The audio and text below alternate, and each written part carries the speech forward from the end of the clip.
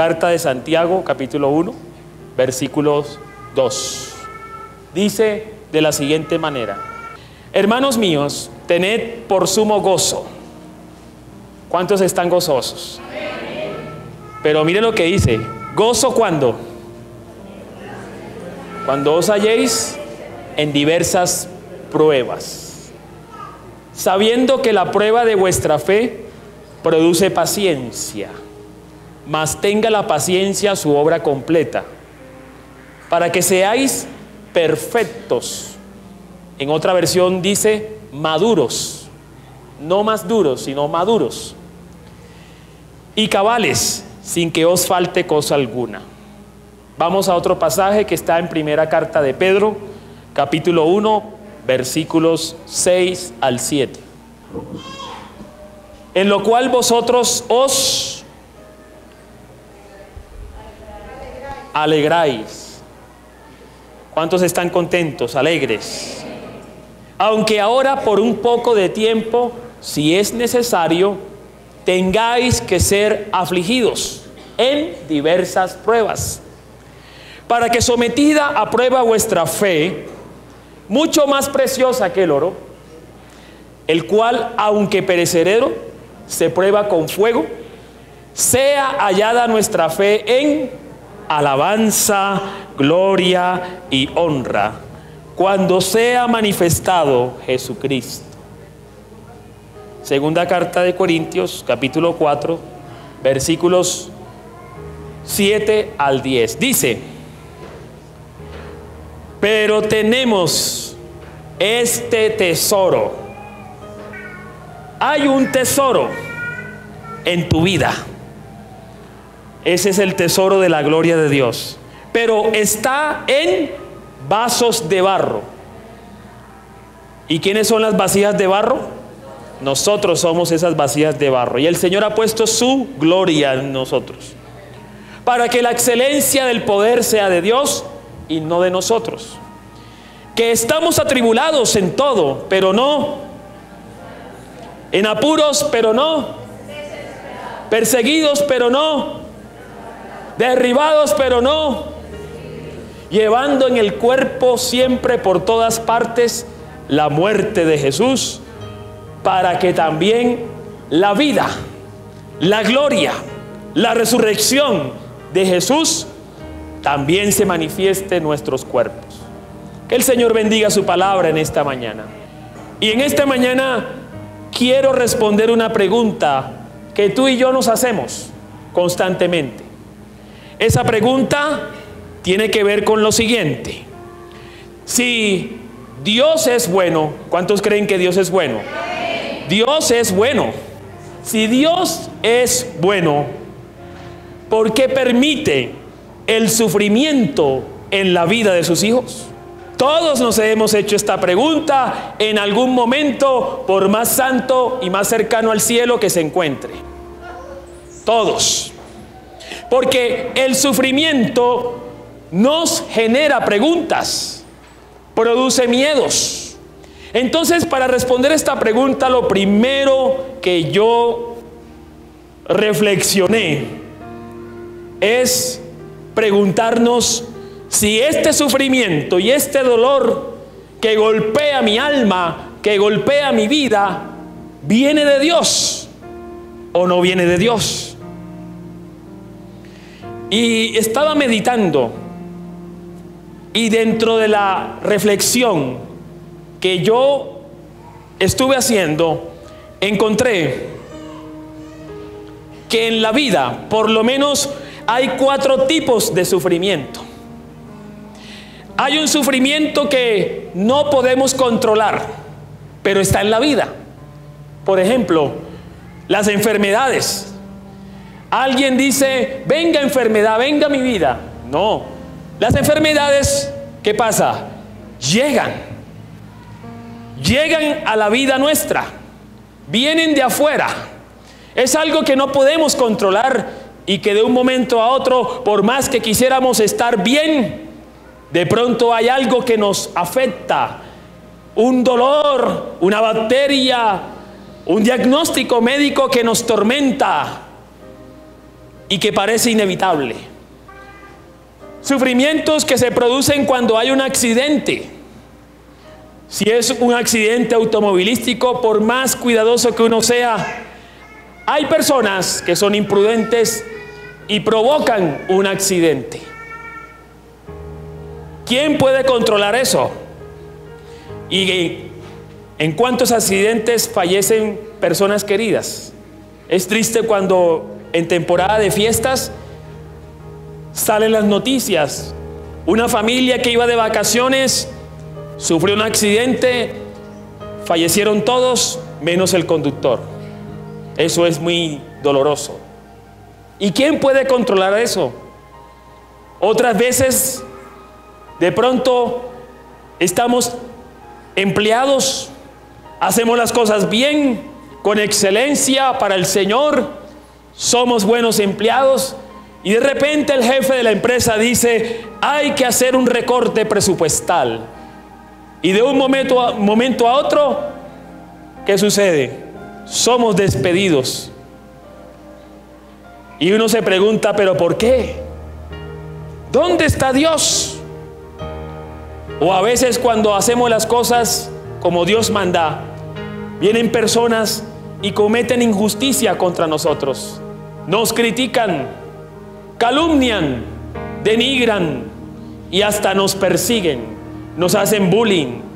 Y uno comienza a sufrir y a preguntarse, pero Dios, ¿dónde estás? Número 2, pero hay otro tipo de sufrimiento. Y este sufrimiento tiene que ver con el resultado de nuestras acciones, de nuestras actitudes, de nuestros comportamientos. Y ahí muchas veces nosotros culpamos a Dios o culpamos al diablo. Nosotros provocamos estos sufrimientos. En la vida del hogar, cuando hay maltrato físico, cuando hay maltrato verbal, se produce violencia, se produce amargura, se produce dolor. Y ese sufrimiento no es culpa de Dios. Ese sufrimiento viene del pecado del ser humano. Cuando hay en la relación de pareja alguna infidelidad y comienza a desarrollarse una relación conflictiva, se afecta ella o se afecta él, se afectan los hijos y el hogar tambalea. Ese sufrimiento no viene de Dios. Ese sufrimiento viene de las malas decisiones que se toman.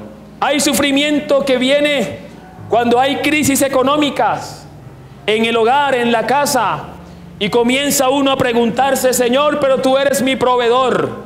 ¿Por qué, Señor, permites que caigamos en vergüenza? Pero cuando analizamos la razón, la causa de esa crisis financiera, muchas veces tiene que ver con las malas decisiones financieras que se han tomado. O a veces, cuando se toman malas decisiones, a veces los hijos toman malas decisiones, los padres le dicen, ese no te conviene, ese no te conviene, pero ella dice, es que es un papito. Y voy a orar si es de Dios o no es de Dios, y resulta que él es inconverso o inconversa. Ahí no hay que orar. Ahí no hay que ayunar, que dice la palabra. Y si la palabra lo dice, es porque es la lección de vida que Dios tiene para sus hijos. Pero a veces los hijos no reciben consejo alguno, porque comienzan a decir, allá mi mamá la cantaletosa, allá mi papá el cantaletoso, es que está celoso. Allá mi mamá la cantaletosa, es que está celosa. Y no reciben consejo y se meten con la persona que no conviene, y luego se acuestan, y luego de pronto viene un embarazo no deseado, y luego entonces hay que unirse, y luego hay que hacer un hogar, y resulta que no se comprenden y pelean y se maltratan, y ya no son 2, ahora son 3, porque el niño sufre, la niña sufre, los padres sufren, y toda una desgracia. ¿Es culpa de Dios? Son responsabilidades nuestras. Y eso trae sufrimiento y dolor en la vida del hogar. Número 3. Hay sufrimientos que vienen cuando se asumen nuevos desafíos. La vida tiene etapas. ¿Cuántos recuerdan la alegría del nacimiento de ese primer hijo o primera hija? Aleluya. Ese día cuando nació ella o cuando nació él, todos estaban contentos, ¡qué alegría! Pero el único que no estaba contento era el bebé. Porque el bebé, ¿cómo nace? ¿Por qué me trajeron a este mundo a sufrir? Yo estaba bien en la barriga de mi mamá. Yo estaba bien en la presencia de Dios. ¿Por qué me trajeron a este mundo? Y por algo lloran. Y después esa alegría, madres, se va disipando cuando viene la depresión posparto. Y esa alegría se va disipando cuando ya el hombre no puede dormir como antes.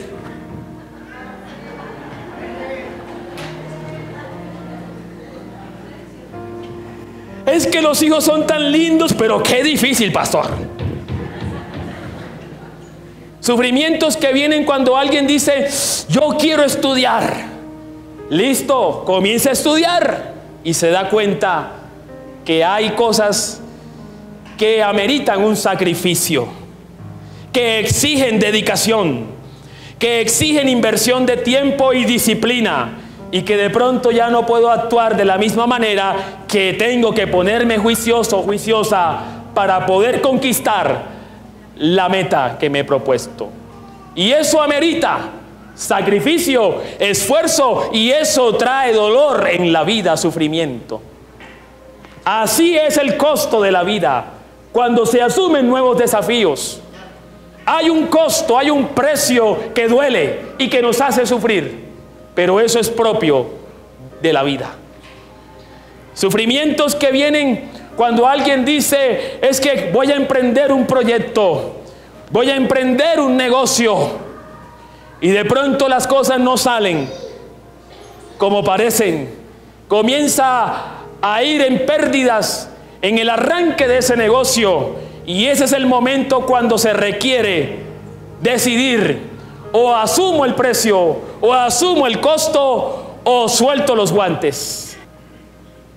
Nadie dijo que era fácil. Mira, hay una gran diferencia cuando uno escucha los testimonios de los empresarios exitosos que empezaron de abajo, porque hay unos que nacieron en una cuna empresarial, pero hay otros que empezaron de abajo. Cuando uno escucha a estos empresarios, hay una gran diferencia entre los que fracasaron y los que fueron exitosos. Se llama perseverancia. Cuando las cosas no salen como parecen, hay que asumir el costo, hay que asumir el sufrimiento, hay que asumir el precio, y si hay que ajustar, pero hay que seguir hasta conquistar la meta, porque el que persevera alcanza. Y número 4, hay sufrimientos que vienen cuando hay deseos y expectativas incumplidas. Cuando eso que espero no se da, cuando esa expectativa que tengo no se cumple. Sobre todo, vienen sentimientos de frustración, vienen sentimientos de desesperanza, vienen sentimientos de resignación. Cuando de pronto usted se casa y se da cuenta, ay, yo pensé que no era así. Y vienen las sorpresas. Y es muy triste cuando alguien dice, me tocó. Ni modos, no hay vuelta atrás. Vamos para adelante. Por ese para adelante es una resignación. Y estos son sufrimientos, dolores que vienen cuando hay expectativas y deseos incumplidos. Cuando los hijos toman decisiones que no nos parecen, que uno sabe que no le conviene, pero ellos insisten. Yo soy grande, yo soy adulto o adulta, Ahora quiero ejercer mi propia libertad y usted sabe, como dice el cuentero, se lo dije, se le advirtió, pero usted hizo lo que le dio la gana. Entonces, eso produce a veces dolor. Entonces, cuando yo me pregunto, Señor, pero si yo soy tu hijo o tu hija, ¿por qué permites este sufrimiento? Hay que preguntarse si ese sufrimiento lo provoqué yo o realmente es un sufrimiento que está allí en la escuela de la vida y que me tocó entrar en ese momento para poder avanzar. Voy a hablar en este momento de los propósitos de Dios con relación a este tema. La primera verdad es que a veces el Señor permite el sufrimiento porque Él quiere que nos arrepintamos cuando ese sufrimiento es causado por nosotros. Él a veces permite el sufrimiento y el dolor para provocar arrepentimiento en la vida de las personas. Y que una vez esté en arrepentimiento, esa persona se vuelva a Dios, se vuelva a Él. ¿Cuántos, cuando conocimos a Cristo y nos entregamos a Él, llegamos en un momento de frustración de la vida? ¿Cuántos llegamos a sus pies vuelto nada? ¿Cuántos llegamos a sus pies cuando ya nadie daba un peso por mi hogar? ¿Cuántos llegamos a sus pies así? ¿Cuántos llegamos a sus pies cuando nadie daba un peso por mí? Porque nuestras malas decisiones habían provocado mucho sufrimiento. Pero ese sufrimiento y ese dolor nos hizo reflexionar de que teníamos que arrepentirnos. Teníamos que volvernos a Él. Y todo aquel que se vuelva a Él siempre tendrá una segunda, tercera, cuarta, quinta oportunidad para la gloria de Dios. El Señor a veces permite el sufrimiento número 2 porque Él quiere que crezcamos a imagen y semejanza de Jesucristo. Cuando leímos la carta de Santiago se dice: hermanos, gócense cuando estén en pruebas, porque así es como la prueba de nuestra fe produce paciencia hasta que seamos maduros en el Señor.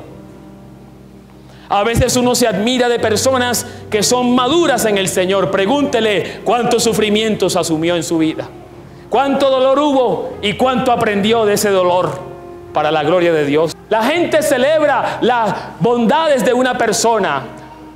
La gente celebra cuando una persona es brillante, cuando una persona es madura, cuando una persona es ejemplar. Oh, mira esa persona, qué ejemplo, qué inspiración. Pero pregúntele cuánto dolor y cuánto sufrimiento aprendió en la escuela de la vida.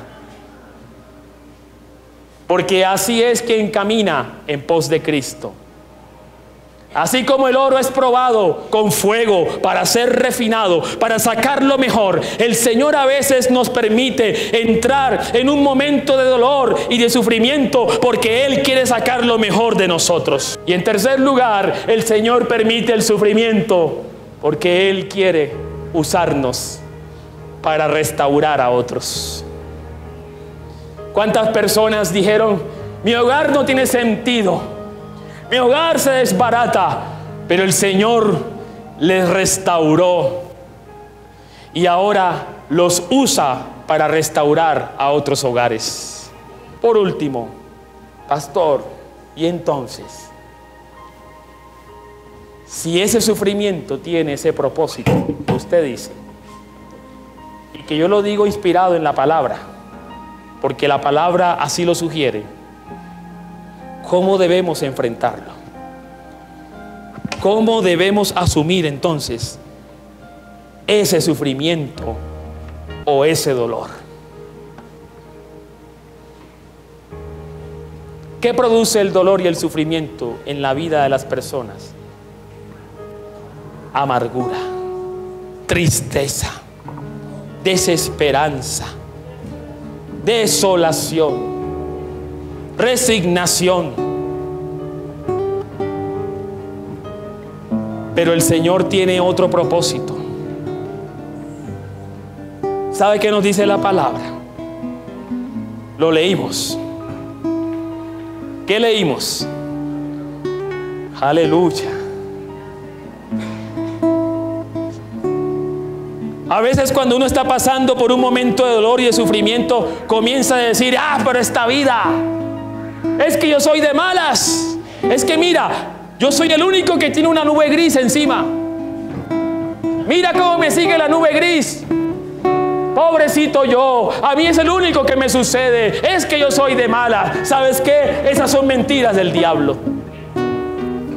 Son mentiras del diablo. Porque el sufrimiento nos llega a todos en algún momento. De pronto te estás quejando, pero tú no sabes que le está pasando lo mismo a otras personas. Cuando sabemos que es algo de Dios, cuando sabemos que Dios está ahí en el asunto, dice la Escritura, gózate. ¿Qué dice? Gózate, alégrate, porque aunque duele, al final el Señor te dará la victoria para la gloria de Él. Aleluya.